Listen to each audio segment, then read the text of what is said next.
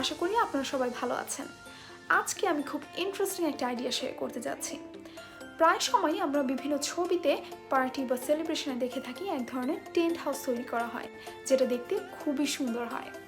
এটা হয়তো আমাদের অনেকেরই নিজেদের পার্টিতে করার ইচ্ছা হয়ে থাকে, কিন্তু দেখে হয়তো মনে হয় এটা করতে অনেক কিছু লাগবে বা করার প্রসেসটা হয়তো খুবই কমপ্লিকেটেড। আজকের ভিডিওতে আমি দেখাবো কিভাবে প্রতিটি জিনিস বাসায় থাকে এমন সব কিছু ব্যবহার করে খুব সহজেই এই সুন্দর টেন্ট হাউসটা তৈরি করে নেওয়া যায়। আর দেরি না করে চলুন শুরু করা যায়।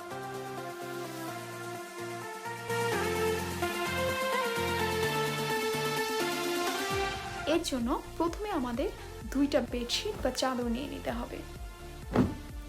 এরপর দুইটা চাদরের দুই মাথা একসাথে গিট বেঁধে সেটা কোনো রেলিং বা পর্দার স্ট্যান্ডের মধ্যে বেঁধে নিতে হবে।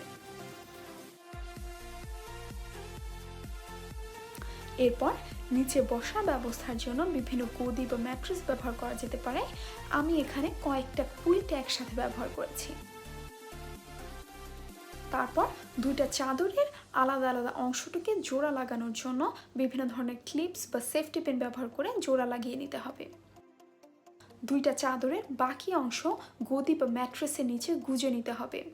এক্ষেত্রে চাদরটাকে একদম স্ট্রেইট রাখার জন্য বিভিন্ন ভারী জিনিস ব্যবহার করা যেতে পারে, যেটা কুশন বা যে কোনো কিছু দিয়ে পরে ঢেকে নেওয়া যাবে।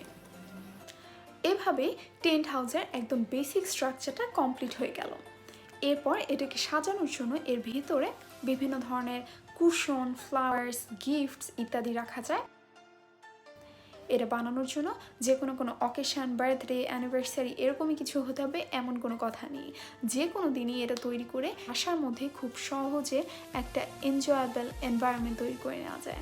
আশা করি ভিডিওটি আপনাদের জন্য হেল্পফুল ছিল। ভালো লাগলে অবশ্যই লাইক এবং কমেন্ট করে আমাকে জানাতে ভুলবেন না। দেখা হবে নেক্সট ভিডিওতে। ভালো থাকবেন।